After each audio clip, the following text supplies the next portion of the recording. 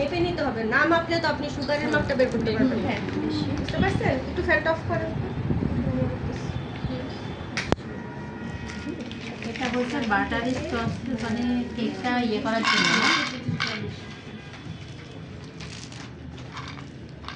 বাদামটাকে একটু ভেজে নিতে হবে, একটু রোস্ট করে নিতে হবে। এই যে এটা বললেন যে এটা ওই যে বাটারি স্কচ কেকের মানে ইয়ার প্রণালীটা। প্রথমে ক্যারামেল সস বানাতে হবে, এরপর বাটার সস তৈরি করতে হবে, তারপর মনে পরে যাবো আমরা কেক বানাতে। কতটুকু হলো? 14 গ্রাম।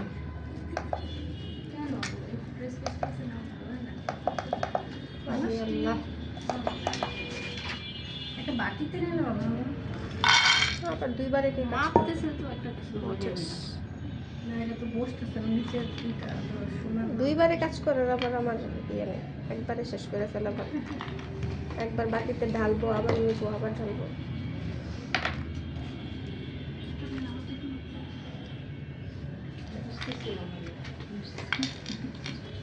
আমি শুনতেছি এক পাউন্ড কেকের জন্য 20-40 গ্রাম বাদাম, সুগার বাদামের চেয়ে 20-25 গ্রাম বেশি হবে।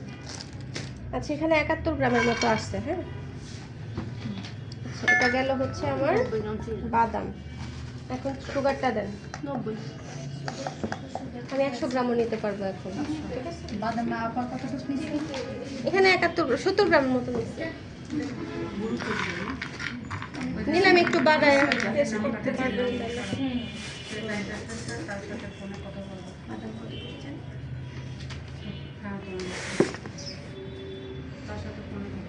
আচ্ছা একটু বেশি নিচ্ছি, 8 গ্রাম বেশি নিচ্ছি আর কি। ঠিক আছে, মানে 98 গ্রাম নিচ্ছি। এখন আপনি চাইলে 100 গ্রামও নিতে পারবেন, 120 গ্রাম নিতে পারবেন, আপনার ইচ্ছা। ঠিক আছে, আর বাটার হচ্ছে সবার লাস্টে অ্যাড করব 1 চা চামচ, অথবা যেহেতু এখানে বেশি আছে 1 চা চামচ দিয়ে আর একটু হাফ চা চামচ অ্যাড করতে হবে। ঠিক আছে, ওটা আপনি বুঝে শুনে দিবেন। আবার বেশি দিলে কিন্তু আবার তেল ছাড়বে। হাফ টিস্পুন বাড়াই দিবেন। 40 গ্রামে যদি আমার হাফ টিস্পুন হয়, আমি 40 গ্রামের কাছাকাছি তো মানে 80 গ্রামের কাছাকাছি দিচ্ছি, তার মানে আমার হাফ টিস্পুন আর একটু অ্যাড করতে হবে। বুঝতে পারছেন? ওইভাবে আপনি জিনিসটা মিলাবেন। আচ্ছা, হিসাবগুলো আপনি নিজে নিজে বের করতে হবে, করতে করতে আপনি বুঝে যাবেন। মানে 40 গ্রামের জন্য হাফ টিস্পুন, এটাই? হ্যাঁ হ্যাঁ, 40 গ্রামের জন্য যদি হাফ টিস্পুন হয়, আমি তো 70 গ্রাম নিছি, মানে 80 গ্রাম নেই নাই, তারপরেও তো নিছি অনেকটুকু বেশি, সেজন্য আমি আবার হাফ টিস্পুন একটু অল্প একটু বাড়াই নেব।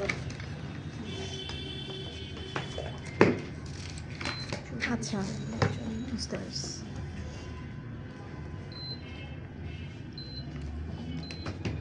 আচ্ছা ম্যাডাম, এই ক্ষেত্রে কি লবণ মেশানোর দরকার আছে?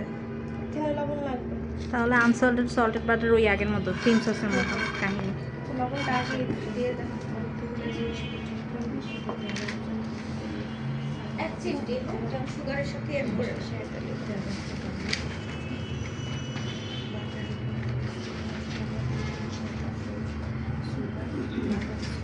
আচ্ছা ম্যাডাম, ক্রিম ক্যারামেল সসের কথা বললেন না, ওইটাও কি 1 পাউন্ডের জন্য এই রেসিপিটা? হ্যাঁ, 1 পাউন্ড 1.5 পাউন্ড পর্যন্ত করতে পারবেন। 1.5 পাউন্ড পর্যন্ত করতে পারবো।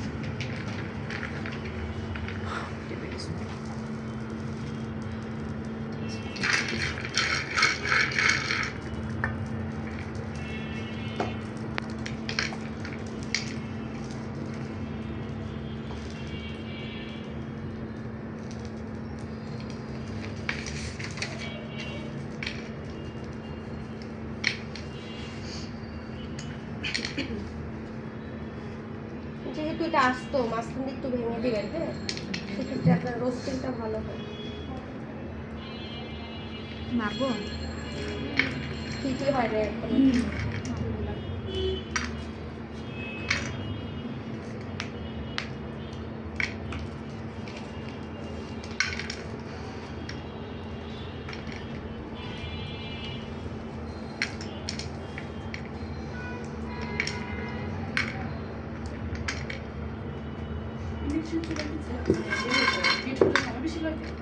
একটু সময় লাগে। এটাকে আপন মশলা হবে তো, জাস্ট হালকা হালকা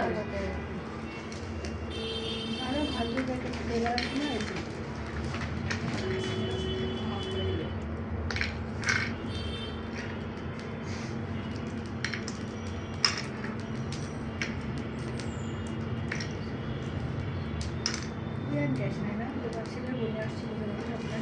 ওর একটা ক্লাস বাকি ছিল।